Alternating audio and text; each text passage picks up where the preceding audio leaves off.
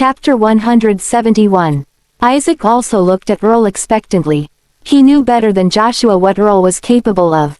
He was sure his skills would improve if Earl was willing to train him and Joshua.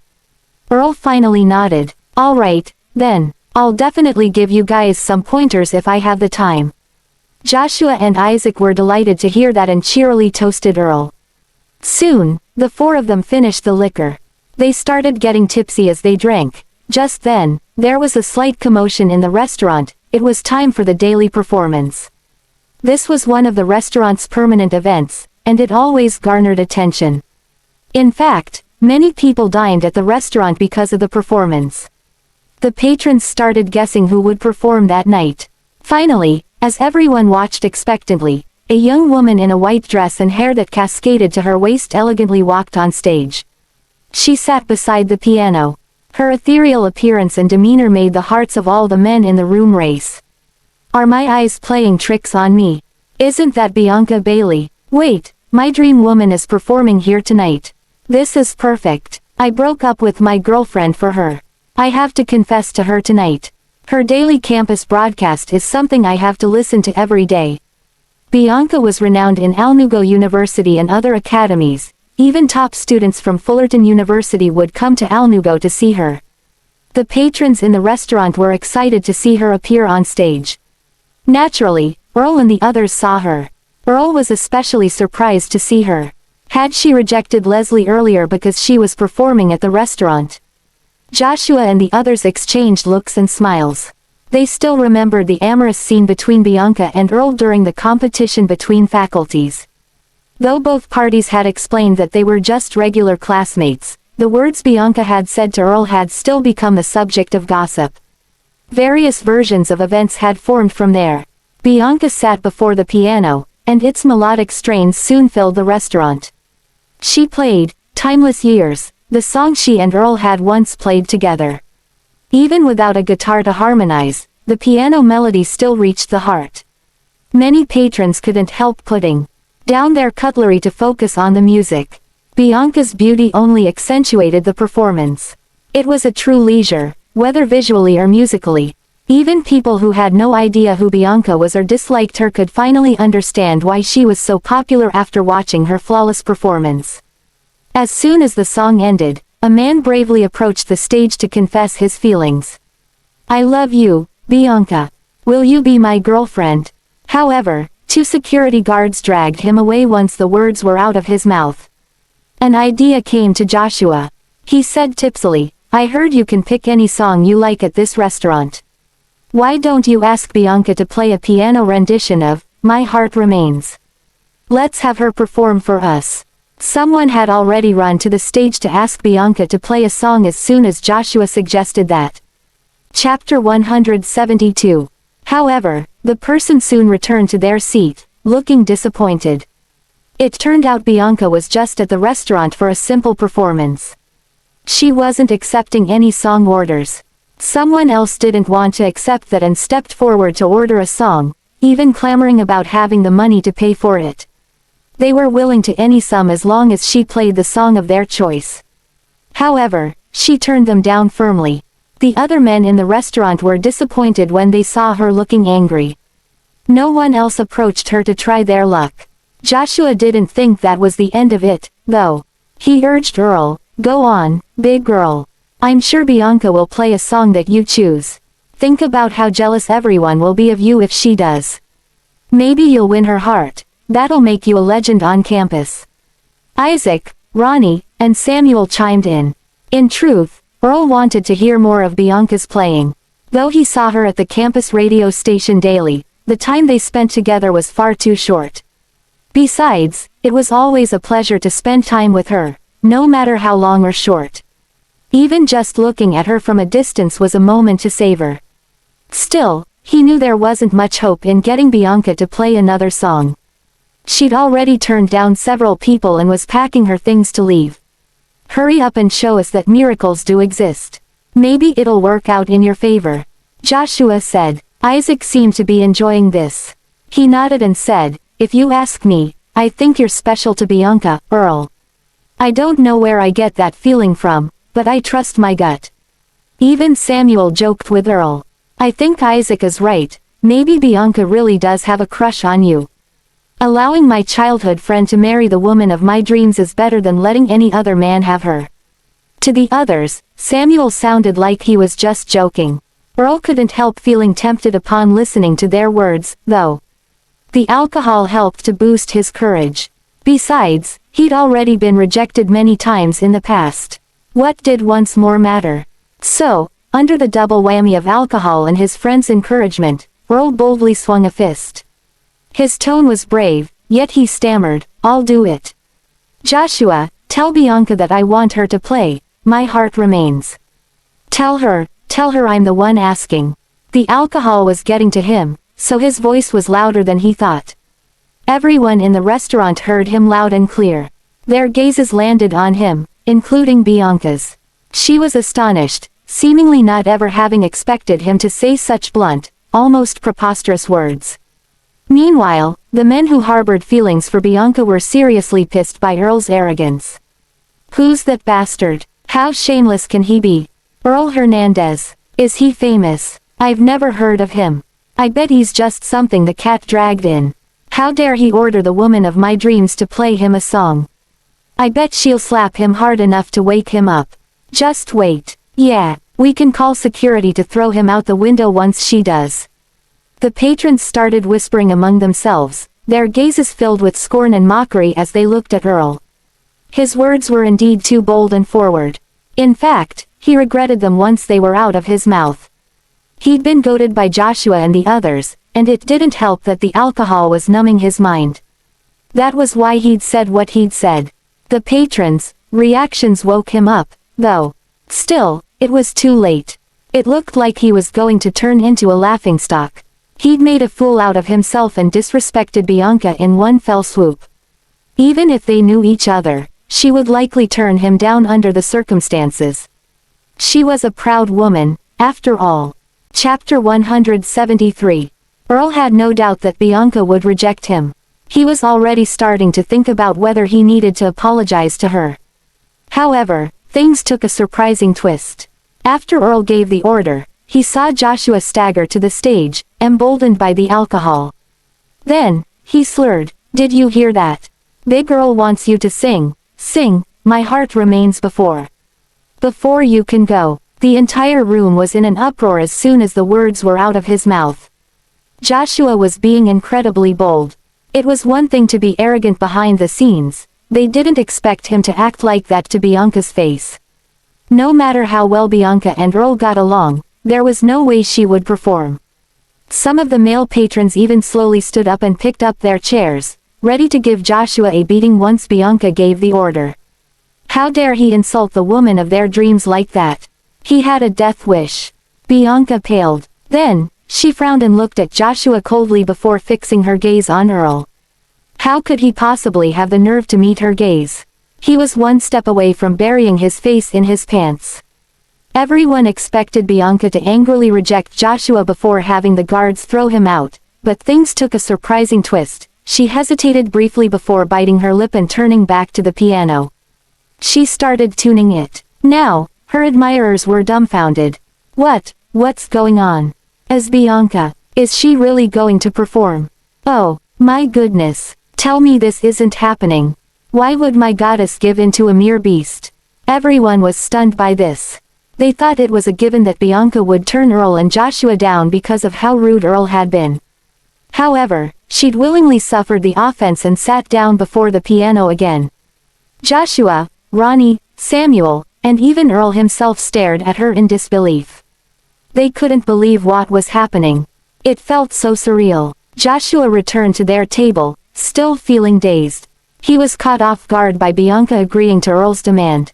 Isaac couldn't help asking, "What did you say to Bianca? Why did she agree?" Joshua said in confusion, "I just told her Earl wanted her to play him a song. She went back to the piano after that." Isaac almost jumped in shock. "Is there something going on between you and my goddess, Earl? You'd better fess up." Samuel nodded vigorously. "Exactly. You can't deny it this time. We won't believe you." Earl cried, "I swear there's nothing. I'll get struck by lightning if I'm lying." Think about it, would I still be single if there was anything between us? Joshua was inclined to believe he was telling the truth when he heard that.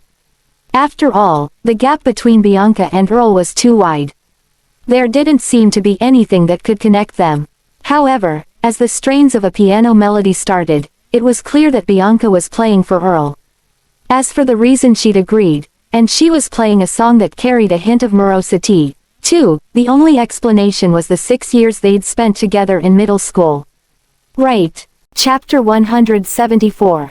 Regardless, it was hard to believe how things had turned out. Despite the astonishment, everyone still became engrossed in the song as the beautiful melody filled the room. Once it was over, someone tried to imitate Earl. They asked Bianca to play another song, but she rejected them coldly before hurrying off. Before she left, she deliberately detoured to brush past Earl. She threw a small note at him before walking off. Isaac hurriedly picked it up and held it like it was a holy artifact. Then, he slowly opened it to reveal a line of neat handwriting. Don't drink too much. Watch out for yourself. It was only a few words, but Bianca's concern for Earl was evident. Perhaps she was aware he'd only said those things out of drunkenness. Despite knowing he was spouting nonsense and being offended by his words, she'd still chosen not to humiliate him by sitting down and performing the song. Only an idiot would miss the secret undertone in her words and actions. This made Joshua, Isaac, and the others envy Earl deeply. After the meal, the group returned to the dormitory, chatting all the way. The other men kept asking Earl about his romantic past with Bianca during their middle school days as well as funny anecdotes that had happened between them. Amid the cheer and chatter, they arrived at the dormitory. As the effects of the alcohol took over, the energized young men sang at the top of their lungs, even playing the prized, educational material they'd saved in their external hard drives. Samuel even shared his treasured videos with them, making their next-door neighbors knock on the windows with brooms in protest. Can you guys turn down the volume when you're jerking off? Have you thought about how we feel? Soon, the members of Dorm 502 settled down. Everyone got into bed, and their breathing slowly evened out. Earl still held Bianca's note tightly. Her handwriting was as beautiful as she was, and he could sense the hint of concern in her words. Even if it was just a classmate's concern for another classmate, it warmed Earl. She truly was a kind, graceful woman who could inadvertently tug at his heartstrings. He started wondering whether to apologize to her for being so forward. He'd acted rashly at the restaurant. He was lucky she'd been intelligent and considerate enough not to humiliate him. She'd chosen to put herself in an awkward spot than shame him in public. Earl soon drifted off to sleep, still clutching the note tightly. The weather was great the following day. Earl hesitated over calling Bianca to apologize and thank her when he received a call from Belle. She asked weakly, "Where are you, Big Bun?" He was surprised she'd contacted him but still told her he was in his dorm, getting ready for class. He asked her why she was calling. She said softly, "I can't walk right now. Can you come to my dorm, please?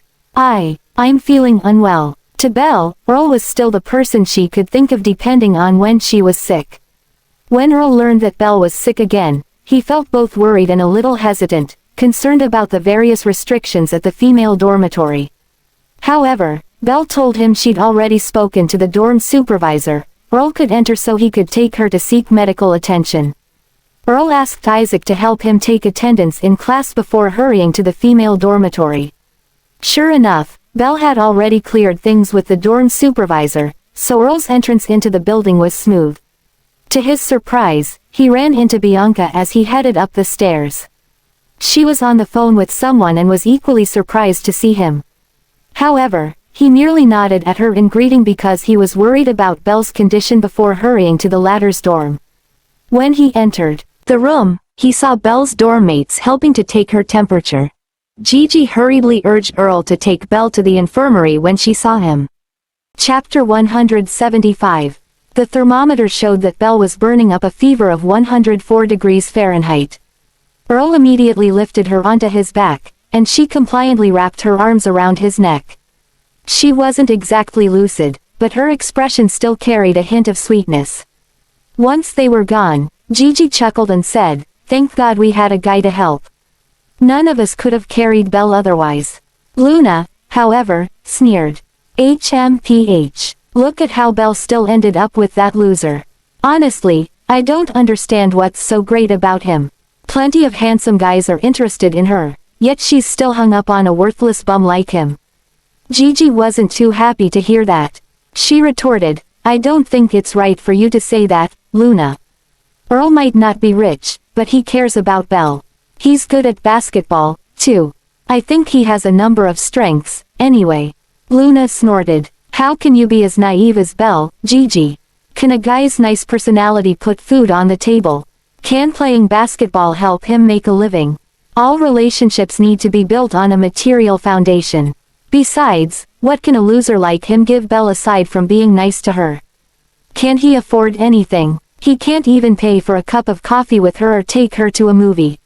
For all we know, they'll have to squeeze in a cramped apartment in the future while being paid a meager salary. Who knows how many people will look down on them?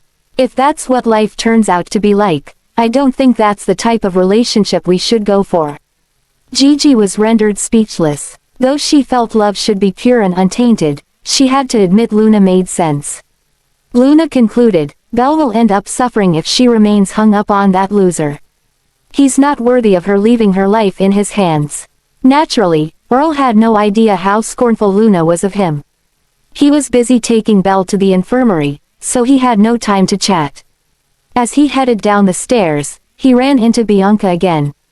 She was still on the phone, but her gaze remained fixed on him as he carried Belle away. She stared at him without blinking, seemingly deep in thought. Belle's temperature had increased to 105.8 degrees Fahrenheit by the time Earl brought her to the infirmary. The high fever scared the nurse, so she swiftly prepared an IV drip for Belle's treatment. Belle felt a little better as the liquid slowly flowed into her veins.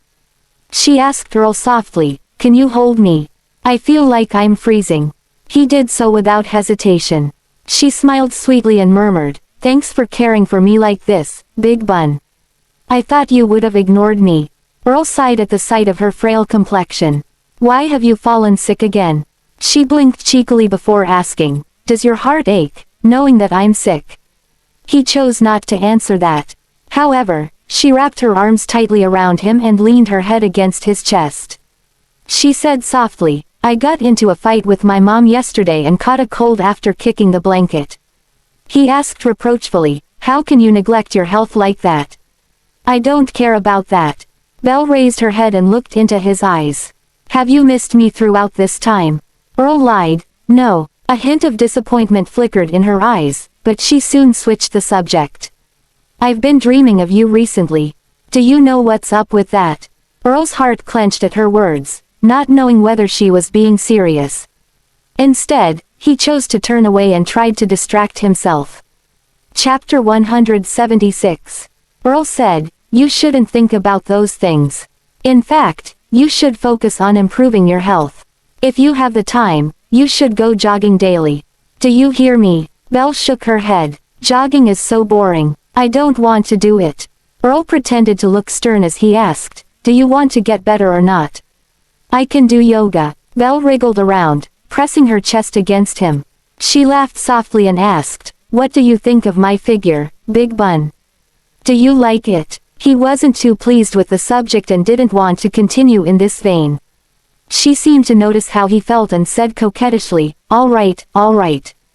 Don't get mad. I promised to go jogging, but what? She leaned close to him and whispered, But you have to do it with me and talk to me. That way, I won't be bored.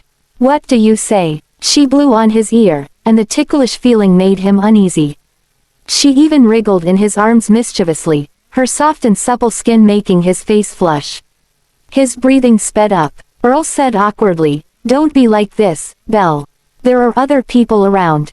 Belle was unfazed. She continued teasing him until he agreed to jog with her.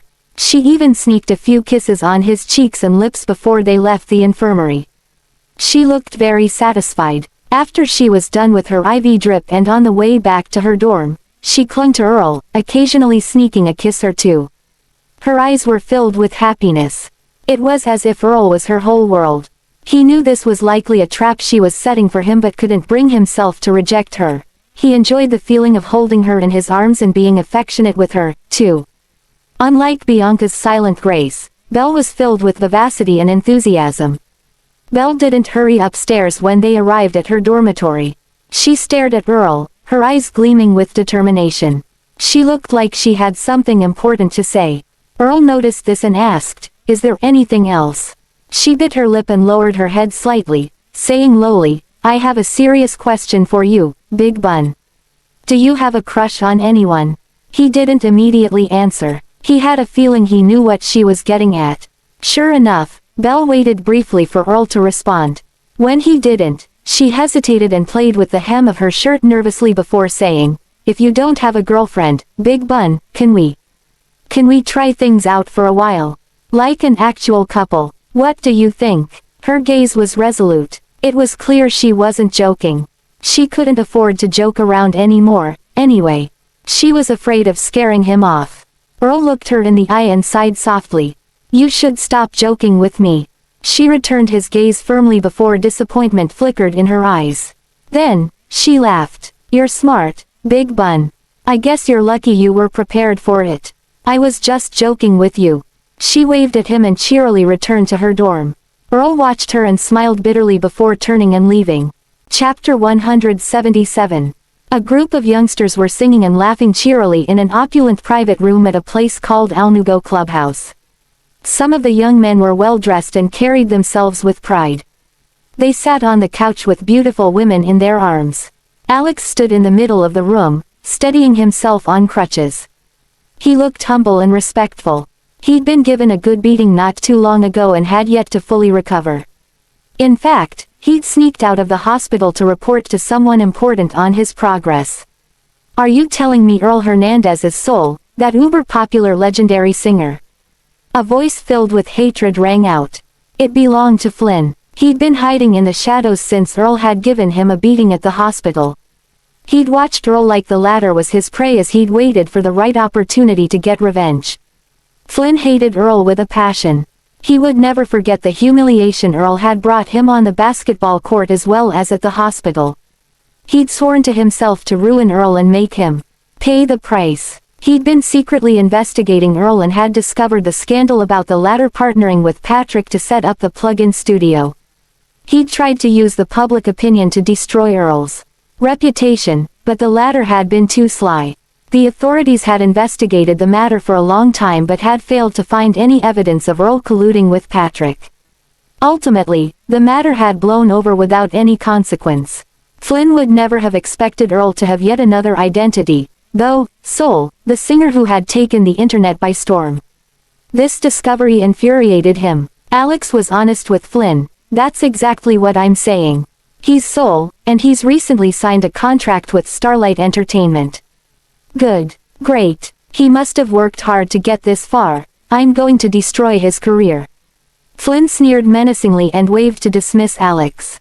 Then, he asked, "Is Triss here yet?" "Mr. Lucero is having fun in the prime room, Mr. Osborne." "Do you want to see him?" a staff member asked. "Take me to him right now." Flynn got up and headed to the prime room. He stood outside, waiting respectfully to be summoned. He didn't dare barge into the room without permission. About 10 minutes later, the guard finally came out. "Please enter, Mr. Osborne." Flynn immediately put on an ingratiating smile and headed inside. The prime room was decorated lavishly. The main color scheme was yellow, and there were images of lions carved on the walls. A young man whose face was unclear sat in the middle of the room on the throne-like chair. He had an arm around a beautiful woman as others danced sexily around him. The scene in the room was invigorating. He looked like the king of the world as he sat there. Everyone was respectful and fearful of him. Even someone of Flynn's upbringing didn't dare act rashly before him. The young man waved a hand to dismiss the women. Then, he said, "My time is limited. Cut to the chase." Flynn lowered his head respectfully and said, "Someone is out to get me, Triss. I'm begging you to help me." Chapter 178. "Speak," Tristan Lucero ordered in a cool tone. Flynn told him a summarized version of his history with Earl. He made sure to highlight Earl's evil deeds and how he had interfered in Flynn's love life. Tristan let out a condescending chuckle after Flynn was done speaking. "You can't even handle someone who's just a small-time celebrity." Flynn quickly explained himself. "I might have to expend more effort if I want to get rid of him. Besides, I know that you enjoy having absolute power over somebody else's fate." Even though Soul was only an up-and-coming idol currently, his impact in the scene could not be underestimated.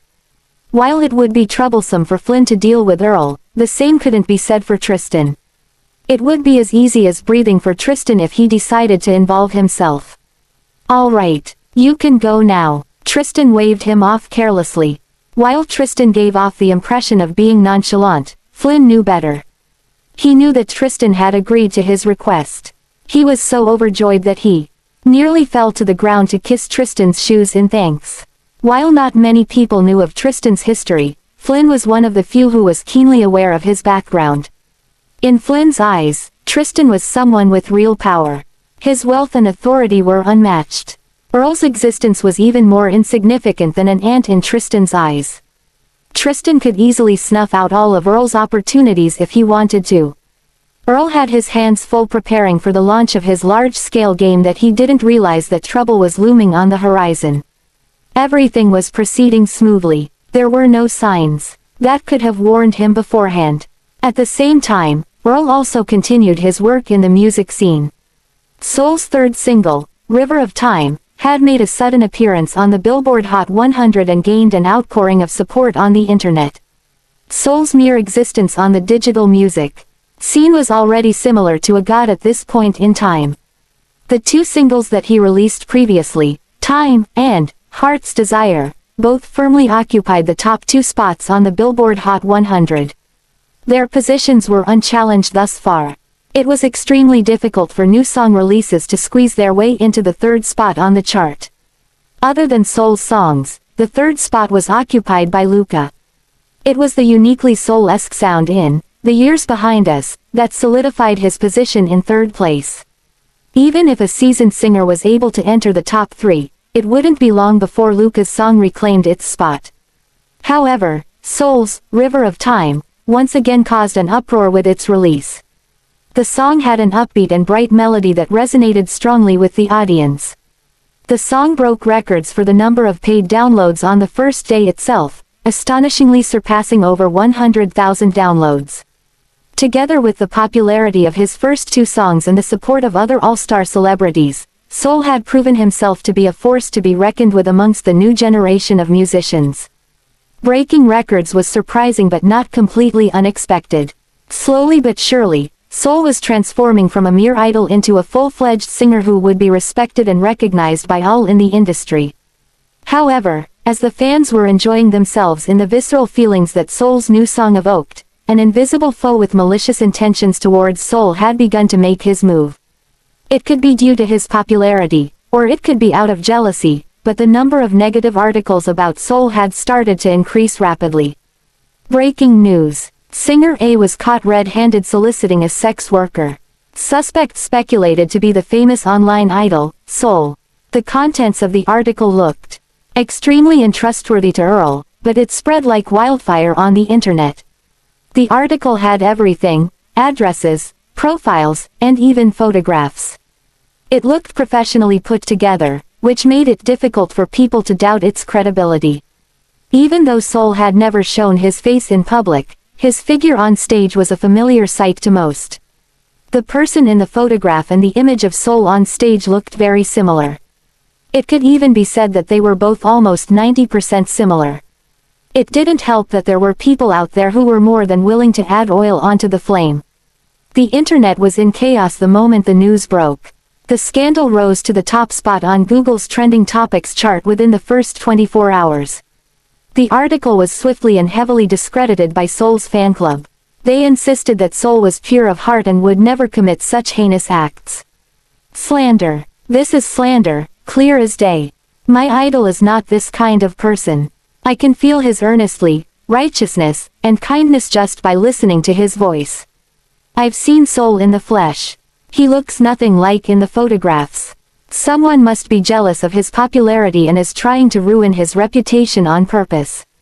We, as Soul's fan club members, will protect his name until the very end.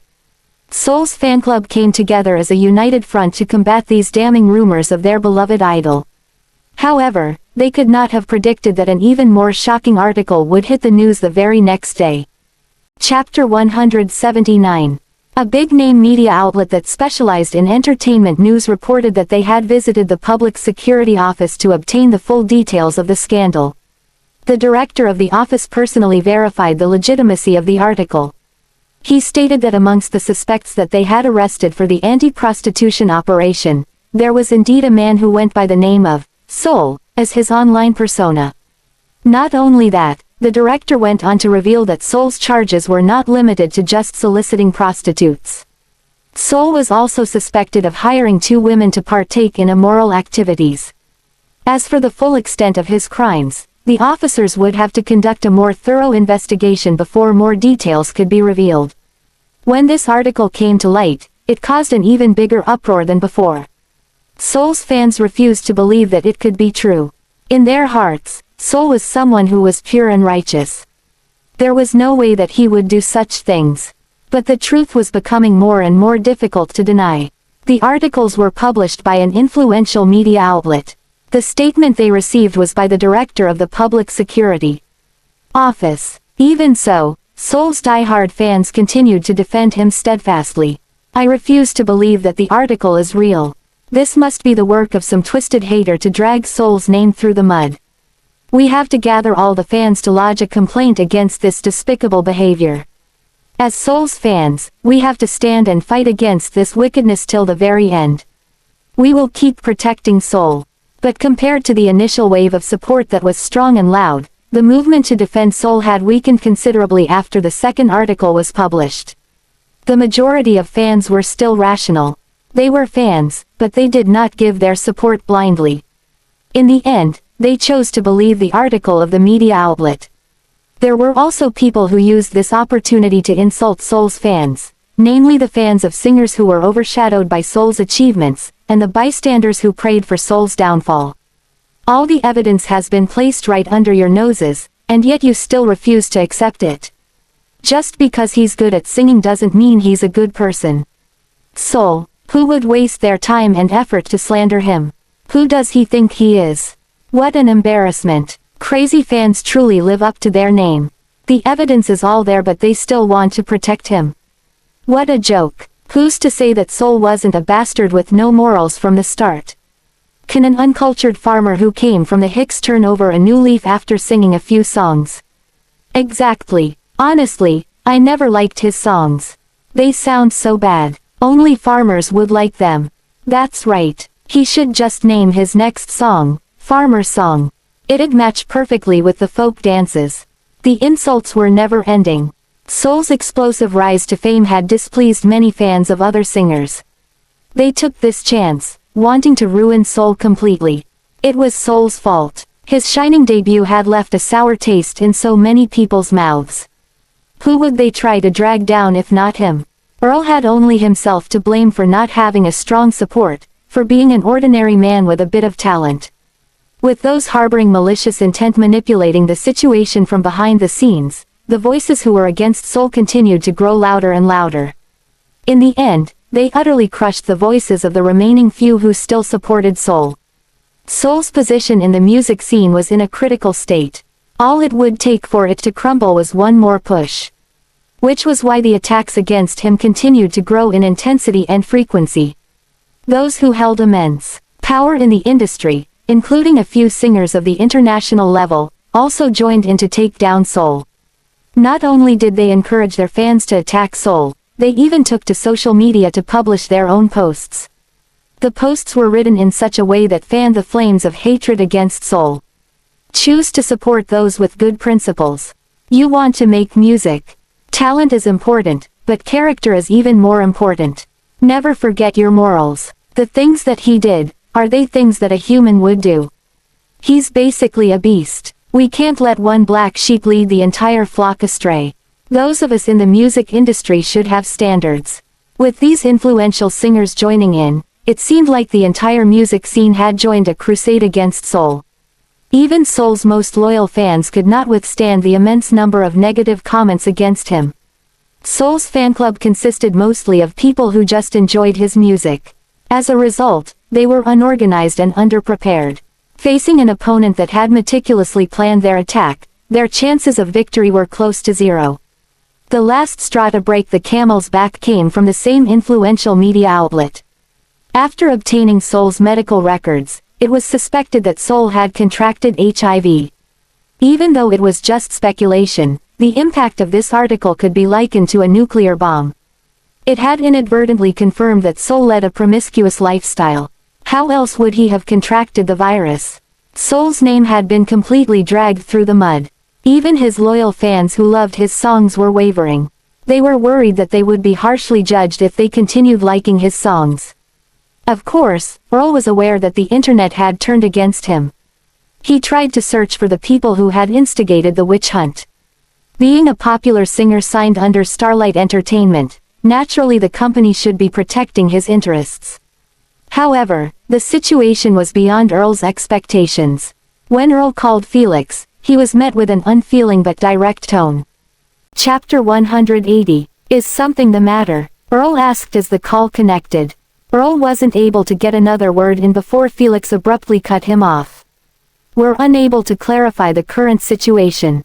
Furthermore, after careful consideration on our side, the company has decided to terminate your contract. That's all. The line went dead. Felix had ended the call. As expected, the internet was in a frenzy the moment the news was released in the afternoon. Starlight Entertainment released an official statement announcing the termination of their exclusive contract with the singer, Soul. News of the termination spread rapidly on the web, causing another wave of heated discussions. The netizens voiced their support for Starlight Entertainment's decision, forcing Soul under the scrutiny of the public eye once more. When night time fell, Earl received an unexpected call from Faye. Faye asked Earl what was going on during the call. Even though she wasn't particularly close to Earl, she knew him well enough to know that he wasn't like how they were describing him on the internet. She was worried that Earl's talents and hard work would go down the drain because of this incident. She wanted to know the truth about what was happening. Unfortunately, Earl was still in the midst of his own investigations. He was unable to give Faye a proper explanation. However, Earl himself wasn't too bothered about the events that were unfolding. His game company had entered the rapid development stage, which took up most of Earl's time and attention. Besides, it wasn't uncommon to run into some bumps on the road of life. It was basically a rite of passage for the son of a lowly farming family to experience some difficulties after attaining some achievements. An ordinary citizen would probably never know about the dark underbelly of society. It was expected that Soul would attract the jealousy-fueled hatred of others once he had made a name for himself. His explosive debut had pushed one too many buttons of other bigger players.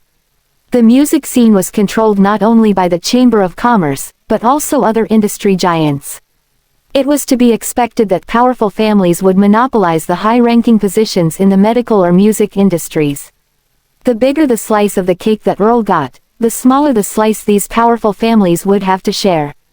What right did Earl have, as a nobody from a small town with no backing of his own, to share a piece of their cake? Now that the opportunity had presented itself, the only correct course of action was to crush Earl under their feet. It was a lucky coincidence that Earl was able to exit from the music scene temporarily due to the scandal. He already had plans to showcase his abilities on a different and even bigger stage. After Faye comforted Earl, she hurriedly contacted Donald, hoping he would be able to help with the situation at hand. But Donald explained that there was nothing that he could do. It was obvious that Earl had gotten on the bad side of someone in the music industry. However, even Donald was unsure of who that someone could be. Donald's analysis of the situation added to the despair in Faye's heart. She had once given high praise to Earl's melodious voice, believing that he had what it took to become a successful singer. But reality was cruel. Faye couldn't help but be disappointed at how treacherous the entertainment industry was. Faye had worried that Earl would be devastated by the unfavorable turn of events. However, when she spoke to him on the phone, Earl had sounded calm and collected. It gave Faye the impression that he was born with an unbreakable will. The thornier the path forward, the more he thrived. It didn't matter if it was a failed relationship or an attack on his name, nothing was able to faze him. In fact, the challenges he faced gave him even more strength to power on. It was the first time that Faye realized how attractive Earl was. The first time that she noticed the steely resolve and determination that he kept hidden beneath his normally stoic appearance.